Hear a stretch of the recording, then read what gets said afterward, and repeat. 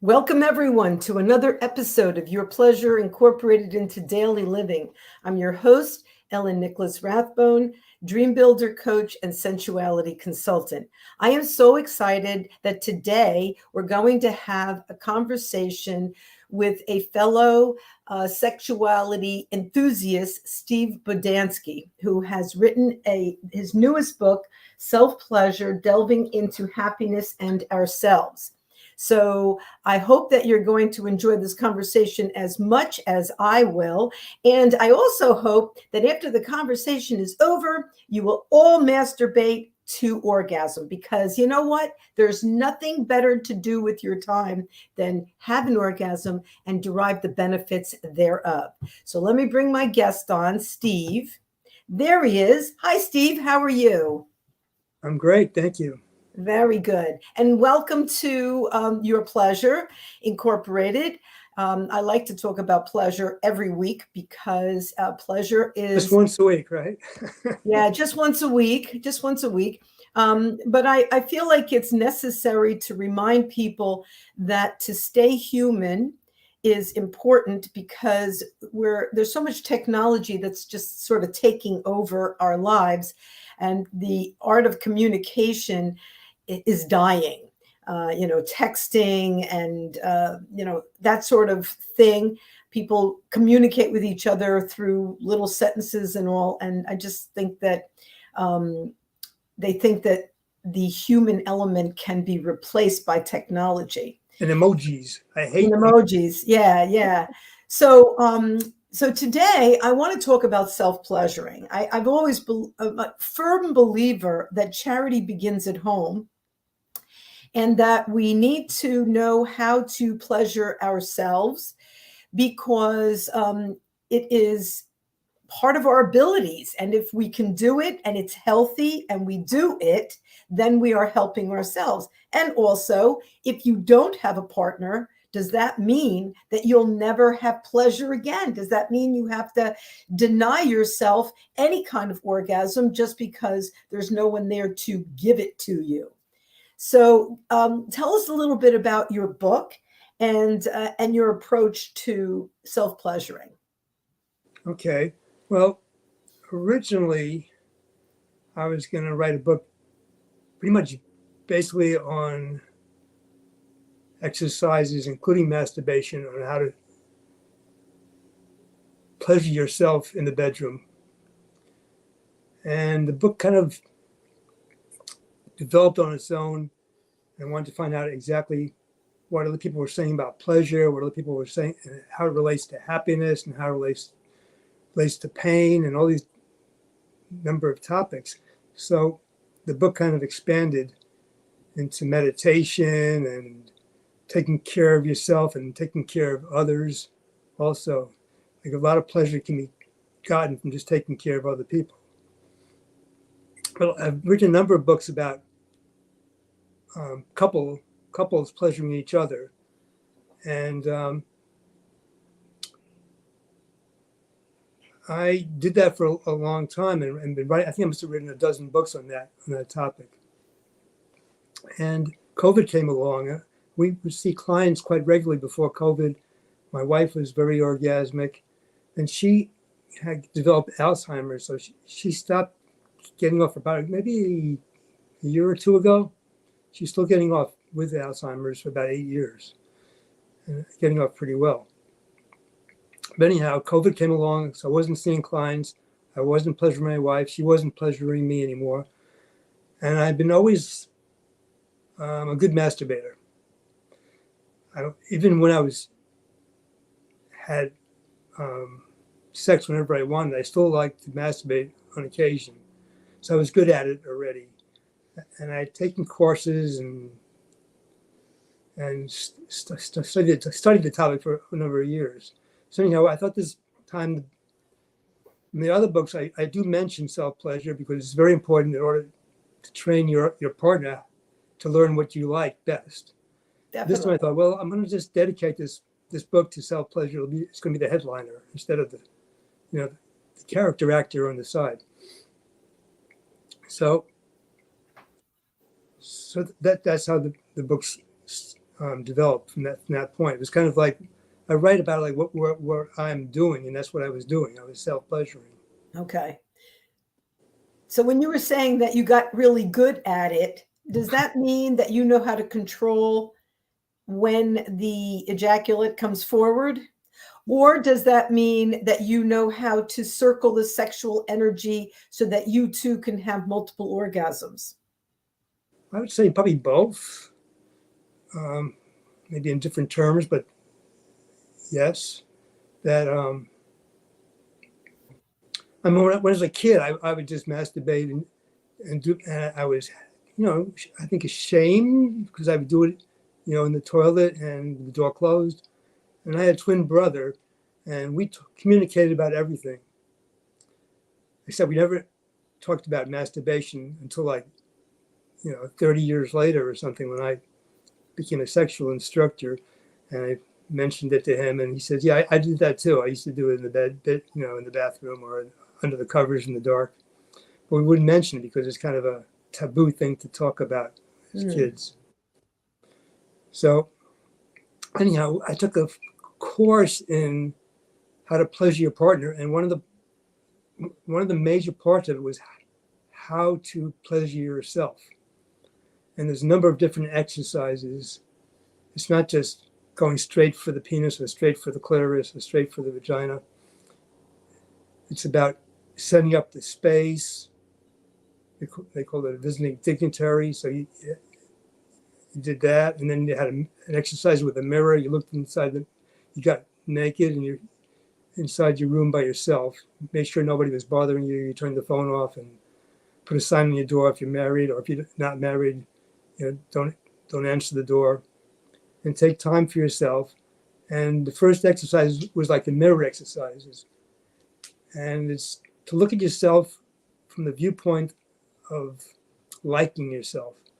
So usually we look in the mirror, our hair is wrong, or I don't have hair at all, or I have a zit, or this is wrong, or I'm looking for a lump or a pimple or whatever. And we're not looking for stuff we like. We're looking for stuff we want to correct. So this exercise, you just look in the mirror and you study your body, and you do it for as long as it's pleasurable. So you can you get like a little second mirror, you get a full-length mirror, and you can look at yourself from all different angles. And you can become as creative as you want, looking from different angles and different viewpoints, and start falling in love with yourself visually. Okay. What if you don't like what you see? Well, look for something you like.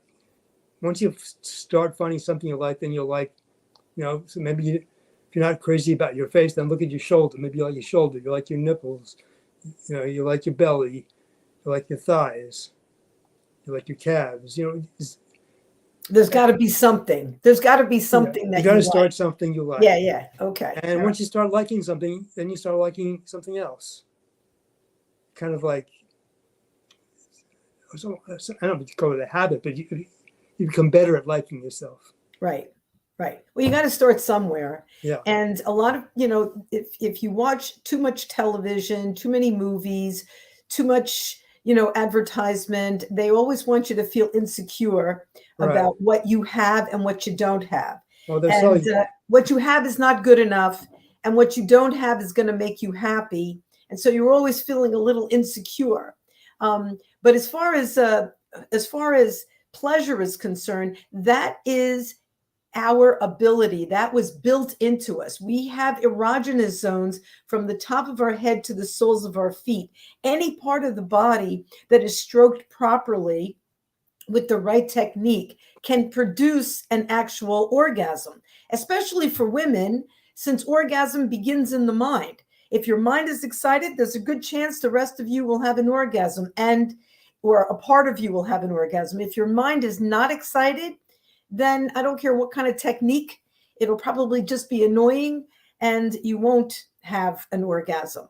So we're built for pleasure. We have literally hundreds of erogenous zones.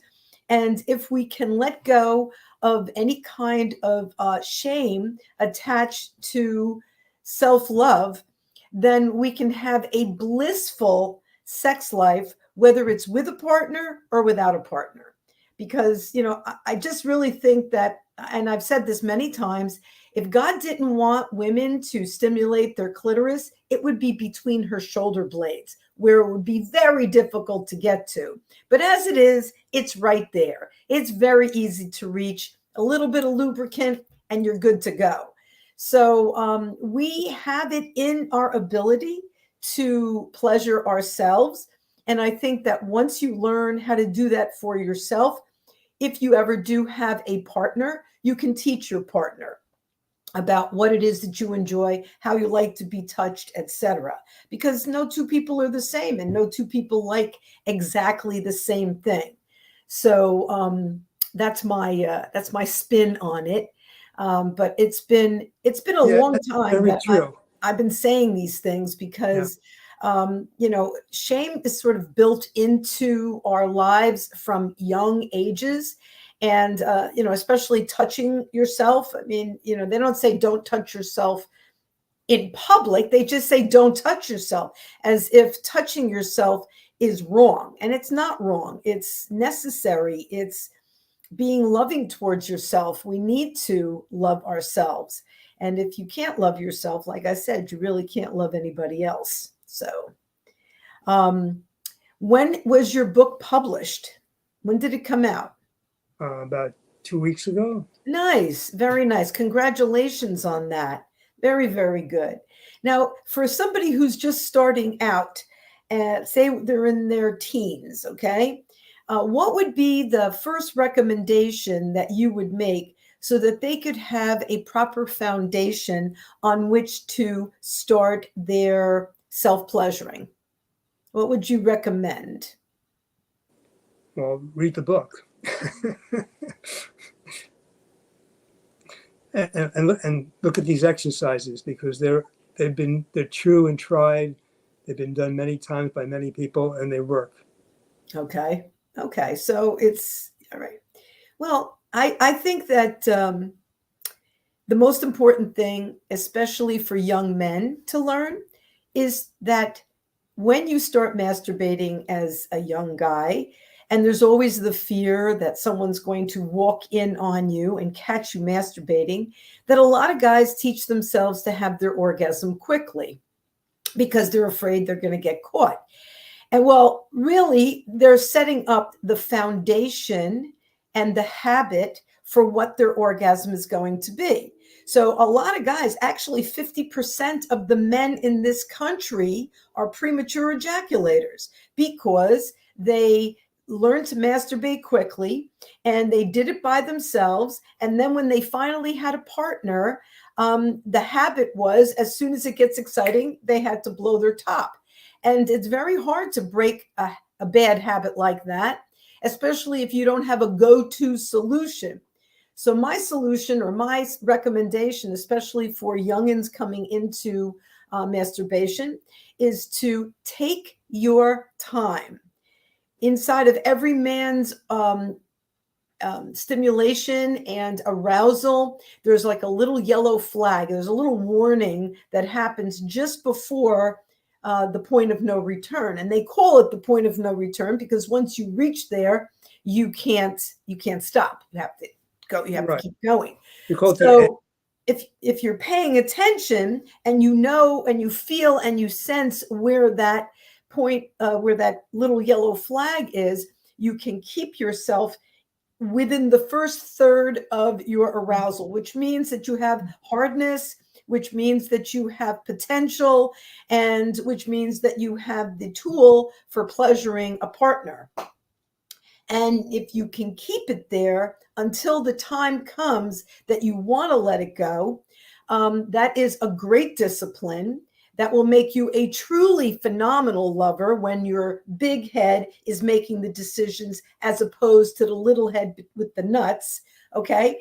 And also the orgasm for the guy is considerably more intense and satisfying when he's held back. It's like boiling water. You allow for just a rim of bubbles around the edge, True, you have boiling water, but you really don't have that much steam. You wait till it gets to the rolling boil, which takes time and energy. And by the time it gets to that rolling boil, you have a huge explosion.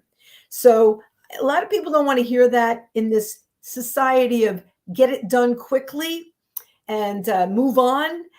You cannot get it done quickly when it comes to pleasurable, intense, satisfying sex. And it also kind of bothers me that so many women want to be like men. Why would we want to be like men? We are superior, sexually speaking. We have one part of our body for orgasm alone, which is the clitoris. Penis has a couple of different uses, but clitoris, one use, okay, one purpose. So to want to be as fast as them and do what they do, I think it's a great disservice to us as females, and I think that it's really, really important to understand that masturbation is key in becoming a phenomenal lover. But if you're going to be rushing yourself, what makes you not want to rush the person that you're with? It's going to be really necessary to take your time, in any situation. I think I rushed, but I learned better habits later on. Right. Well, that's what I'm saying. When you said that you were masturbating, I was like, this guy used to be quick. Absolutely. Yeah. You can absolutely change your habit. And then once you realize how much more intense the orgasm is, how much more satisfying, explosive when you put some time and energy into it, that you go, I want to do that again. That was really good. As opposed to the 5-minute piddly thing that comes out if you masturbate for all of 5 minutes and then let it blow, right? Yeah, so that's why we have the visiting dignitary, the mirror exercise, all that stuff is like messing you, stimulating you, turning you on.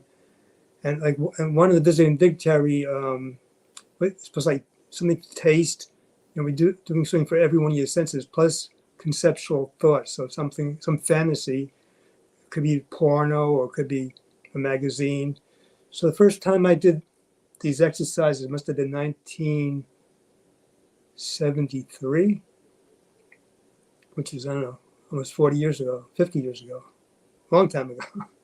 50 years ago. So before that, I probably was masturbating quickly. And this time they told you to do these exercises. And then after the mirror exercise, there's another exercise where you're touching yourself all over your body to find out how I like to be touched in different areas. Right. Because like the inside of your elbow likes a light touch, or the outside may like a firmer touch. So check out your whole body and be like a curious experimenter. Right. We're investigating. So all that stuff is kind of messing you. So then you finally get down to the masturbation part, and the goal is not to ejaculate. The goal is just to feel good. And what you're supposed to do is in order to have it feel good, you do need a kind of a steady rhythmical stroke going with lubricant. Mm-hmm. For both men and women. Mm-hmm. And at some point when you're getting closer to that edge, which you call the point of no return, or even any time before that, it doesn't have to be, you don't have to get to that point, just you take a break. We call that peaking. Mm-hmm. So you're bringing yourself up and up and up and up, and I'm feeling really good. And now I'm deliberately bringing myself down for a few seconds. So I can just take my hand away. I can change the stroke. I can use like more pressure, a longer stroke. And then you start again and you bring yourself up and up and up. So the first time I did that course, I had like a Playboy magazine. So I picked myself to each month, to the girl from each month. So I had one peak on January, then I peaked again on February, March. I kept going. And then I figured out who was my favorite. So even though the goal of the thing was you weren't supposed to masturbate, but at the end you said, okay, masturbation, the exercise is over. Then you can if you want, you can ejaculate. You don't have to. It wasn't part of the exercise anymore. Right. Before we got to that point, we did another exercise called connections, which is what you mentioned before, that all these erogenous zones in our body. And what we did was you masturbated with one hand, and you did a very synchronous, similar stroke on some other part of your body. So it could be your labia, your nipple, which your well, the nipple's not really erectile tissue, but the lip is. Oh, it certainly is. No, it's Erectile tissue? No, it's not. It's actually it's a muscular reaction there. It's not the same as your genitals. No, it's not the same as your genitals, but But like stimulating your nipples. Your lips are more actually. But anyhow, Right. it could be your neck, your thigh. For women, you can like connect your clitoris to your introitus, your opening to your vagina, so you can build a connection there. What you do, you're rubbing both areas in sync, so you're kind of doing the same stroke, and then you take your hand off, let's say, the secondary area, you just keep rubbing your clitoris, and you're kind of rubbing right above the lip, and notice if any sensation in the lip, and then put your finger back and rub them both together again. And then you're rubbing just the lip, and you take your finger off the clitoris, but leave it close by, and you can do the movement of like you're rubbing right above it, and see if there's any echo sensation there, and keep going back and forth between those two areas. And at first, you may not feel very much. You may just feel a little heat. You may feel a little bit of something. Anything is good. And if you're not feeling anything, don't worry. Just keep trying at it, and eventually you build a connection. So, like I have a connection with my lower lip. So when I kiss my wife, my penis gets involved. I can get engorged just by kissing her because it feels so good there. So anyhow, you get those together, and then I went back. At that point, I think I went back to my favorite girl, who was Miss February, and I finished the exercise. Okay. So, but every time you can do it differently. It's not like you want to do the same thing every time. No, of course not. And sometimes you don't have enough time to do all these exercises. Maybe you just want to pick one out or do a couple of them. Get something, a bite to eat and do the mirror exercise, and not even masturbate. And some other time, just some good music and masturbate. So, and try different parts of your body stimulating. So like for guys to practice rubbing on their fingers, because the fingers are very sensitive and a lot of nerve endings. So we can actually tune them up a lot better than they're done. So when you pleasure somebody else, you'll feel more yourself. You feel it actually connection to your penis or your clitoris. Have you ever heard of the squeeze technique? Squeeze? I don't think so. I may have heard it, but a different name. Okay. Well, it sounds similar to the masturbation of bringing yourself up, and then before you go too far, bring yourself down by squeezing the head of the penis so that the blood goes back down. And it's an excellent way for young men, especially, to learn how to masturbate. So number one, they can figure out where that little yellow flag is, and they can learn how to control their ejaculate, which really is essentially the mark of a great lover, is knowing how to control when he's going to have his orgasm. I mean, there's techniques and all kinds of good stuff to know, but if you don't know how to control yourself, then it doesn't matter. None of the other stuff really matters. And if you miss a couple of times, it's okay too. If you're like right, just try it again next time a little bit. Right. Try a little earlier. But we don't want to hear, we're not into a lifetime of apologies. Oh, I'm so sorry. You're so sexy. I couldn't help myself. But nobody wants to hear that for the rest of their life. So it behooves the young men to learn how to control themselves if they want to be desirable. Okay. because a desirable guy knows that ladies are first. And if the lady has her orgasm first, she can have multiple ones and it will not affect whether he has his orgasm.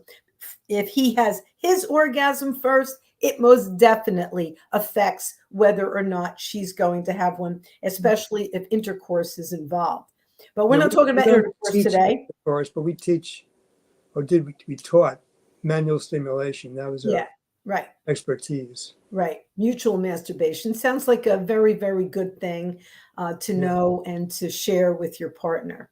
And also, not just squeezing the head, but you can squeeze like under the testicles with there's kind of like we call it the hidden cock is under there, because the cock isn't just with the surface, it goes kind of into the body. And under the testicles, it gets hard. You can press that area kind of where the prostate is. Yeah. Oh, okay. Yeah. And that can stop you from ejaculating too. Okay. Well, I don't have a prostate, but I do have a G-spot, and I'd rather have a G-spot than a prostate any day.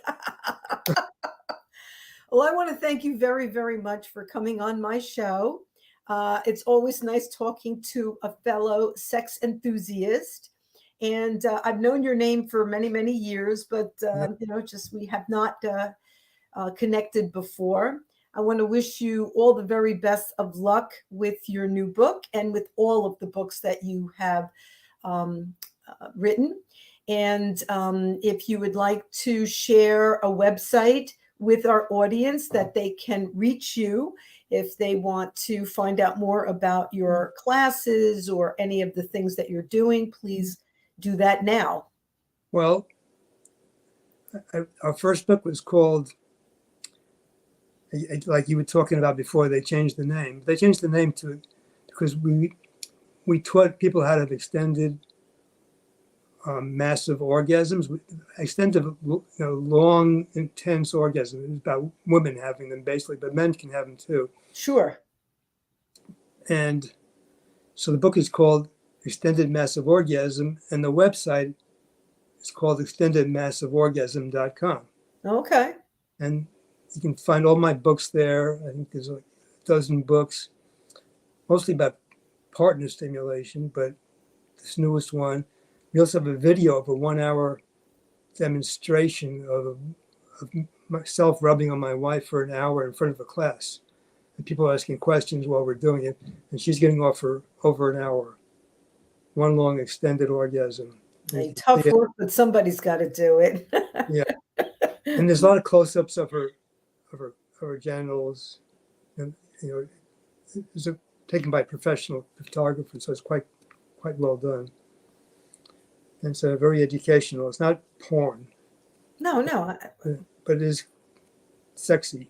Right. Oh, I'm sure it is. I'm sure it's very, very informative. Yeah. So I want to thank you again for being with me here tonight. And I want to wish you a very happy new year. And I just want to say one more thing. Sure. If you're a woman, you don't have to be, like I think you mentioned it too before, you don't have to be touched. You can just put your focus, your attention down in your genitals, and you can feel them. And the more you do that, and the more you practice that, just for a few seconds at a time, you can start becoming orgasmic without being touched. Believe me, I had an orgasm once in a car. Do that right now if you're out there listening. I had an orgasm once in a car. We were driving down the parkway. He was driving. I was sitting next to him. And all I was doing was stroking his forearm. He had a very nice forearm. I literally had an orgasm in the car, stroking his forearm because it was so nice. He wasn't stroking me. The orgasm started here and boom, I couldn't believe how intense that was. So I tell that to everyone. Orgasm begins in your mind. And just like you don't want to eat the same thing all the time, it's important to add a little spice and variety to your sex life to keep it interesting and fun and engaging and exciting and all the good things that it can be. If you were forced to eat the same food every single time you sat down, even if it was your favorite food in the beginning, after the same meal 1,000 times, you'd be sick of it. Well, it's the same thing with sex. They're both ruled by the limbic system. They both need variety. And since we don't want to change up partners all the time, well, some people don't care, but if you want to stay loyal to the person that you are married to or committed to, it's important to put some kind of variety and spice into your relationship. I think that's really important. Thank you so much, Steve. I'll talk to you again, okay? Okay, anytime. All right, thank you. Bye. Bye-bye.